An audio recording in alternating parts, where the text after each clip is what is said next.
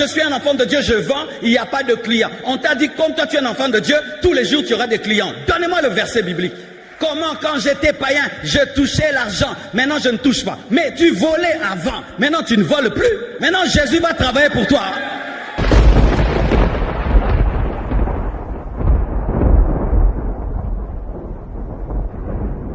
Ceux qui aiment la facilité, ceux qui aiment la facilité, ceux qui évitent tout le temps les difficultés, ceux qui sont négligents, ceux qui blaguent pour même les choses sacrées, ceux qui cherchent toujours les blagues en partout, partout, blague de tout, blague de tout, blague de tout, blague de tout. Aujourd'hui, il y a une génération qui blague sur tout, même sur quelque chose de dangereux. Nous blaguons sur tout. Nous blaguons sur nos péchés, nous blaguons sur nos désobéissances. Quelqu'un qui désobéit, mais il trouve une blague autour de sa désobéissance. Nous sommes devenus des blagueurs, mais sache que quand tu es blagueur, tu n'es pas sérieux. Et quand tu n'es pas sérieux, tu ne prendras pas les choses sacrées à leur vraie valeur. Regardez ceci.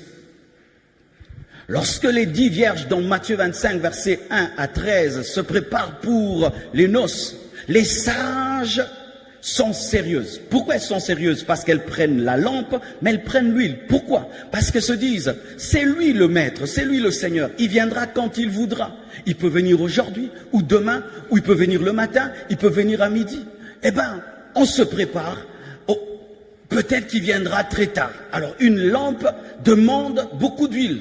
Elles ont pris en réserve parce qu'elles étaient sérieuses. Mais les folles étaient dans des blagues. C'était un mariage, quelque chose d'important, mais leur comportement était superficiel.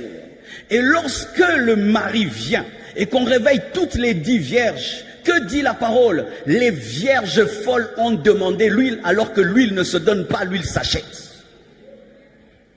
Elles ont demandé, lisez, elles ont demandé aux vierges sages de leur donner l'huile qu'elle avait achetée. Elles voulaient la facilité. La facilité. Là où les autres achètent, elles veulent qu'on leur donne. Et les vierges folles sages disent, nous ne pouvons pas, il n'y en a pas assez pour nous et pour vous, allez acheter, c'est-à-dire allez payer le prix. Allez payer le prix. Tu veux une vie chrétienne sans sacrifice. Il y a des gens, ils veulent se convertir, mais ils ne veulent pas souffrir. Ils ne veulent pas les marques de la croix dans leur vie. C'est à cause de cet évangile, bonbons, biscuits, chocolat qu'on prêche aux gens. Viens à Jésus, tout ira bien. Faux! Viens à Jésus, on pourra te rejeter, te persécuter, t'abandonner. C'est aussi la parole de Dieu. Jésus a promis la persécution comme il a promis le baptême du Saint-Esprit. Il a promis la persécution comme il a promis les miracles. Tu n'aimes pas souffrir pour ta foi. Il suffit seulement que tu refuses de tricher et tu as 0 sur 10, tu abandonnes. Comment je vais pas avoir 0 sur 10, moi qui suis enfant de Dieu? On t'a dit parce que tu es enfant de Dieu, tu n'auras jamais 0 sur 10. On t'a dit que comme tu es enfant de Dieu, tu ne souffriras pas. Tu souffriras. Les apôtres, on les a tapés. Jésus était là. Pierre, on l'a tapé. Jésus était là. Pierre, on l'a mis en prison. Jésus était là. Dans la vie chrétienne, il y a la souffrance. Il y a aussi la souffrance. Il y a aussi la souffrance. Il y a aussi la souffrance. Comment quand j'étais païen, je touchais l'argent. Maintenant, je ne touche pas. Mais tu volais avant. Maintenant, tu ne voles plus. Maintenant, Jésus va travailler pour toi. Des choses que les gens disent.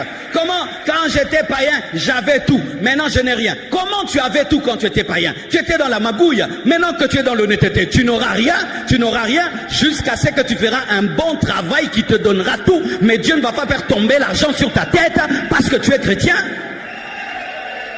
Facilité. Comme je suis chrétien, tout doit aller bien. Tout doit aller bien. Tout ira bien. On va m'aimer. On va m'aimer. Qui a dit qu'on va t'aimer? Jésus a dit on vous haïra comme on m'a haï. On cherche l'amour, on cherche la paix, on cherche... Non, frère, ce n'est pas la parole, ce n'est pas la vie chrétienne.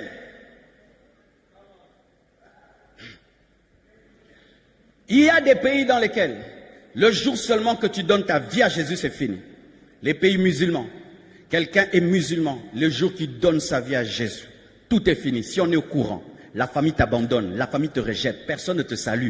Tu es vraiment rejeté de rejeter. Alors si on prêche mal la parole, quelqu'un qui vit le rejet, après avoir reçu Jésus, va croire qu'il n'est pas dans la vérité, alors qu'il est dans la vérité. Car des fois, tu connaîtras que tu marches avec Dieu lorsque tu verras le diable contre toi. Tu n'aimes pas les sacrifices. Tu veux que les autres prient, toi tu as l'onction. Tu veux que les autres donnent, toi tu profites. Tu veux que les autres fassent et toi tu gagnes. En toi, il y a quelque chose. Tu fuis toujours quand tu dois faire un sacrifice. Quand tu dois faire un sacrifice. Et cela t'a suivi même dans les choses de Dieu. Toi, tu veux que les autres craignent Dieu. Toi, tu pêches, mais tu es béni. C'est ce que je vois maintenant. Vous, les hommes de Dieu, vous devez craindre Dieu. Hein? Un homme de Dieu, qu'est-ce que tu fais ici dans cette boîte de nuit? Et toi-même, qu'est-ce que tu fais dans la boîte de nuit? Si tu as rencontré l'homme de Dieu dans la boîte de nuit, donc toi aussi tu étais. Non, toi tu es un homme de Dieu, dimanche tu dois prêcher. Vous voulez que les hommes de Dieu jeûnent à votre place, qu'ils craignent Dieu à votre place et après qu'ils vous bénissent. Vous êtes des vierges folles. Que les autres achètent l'huile et vous prenez l'huile. Toi tu vis dans le péché et puis tu viens chez moi, je t'impose les mains, tu es béni. Ça ne marche pas comme ça. Tu n'as pas payé la régie des eaux, le robinet ne te donne pas l'eau. Tu n'es pas en communion avec Dieu, même si je t'impose les mains, tu ne seras pas béni, parce que moi je ne suis qu'un robinet, mais la source c'est Jésus, la source c'est Dieu.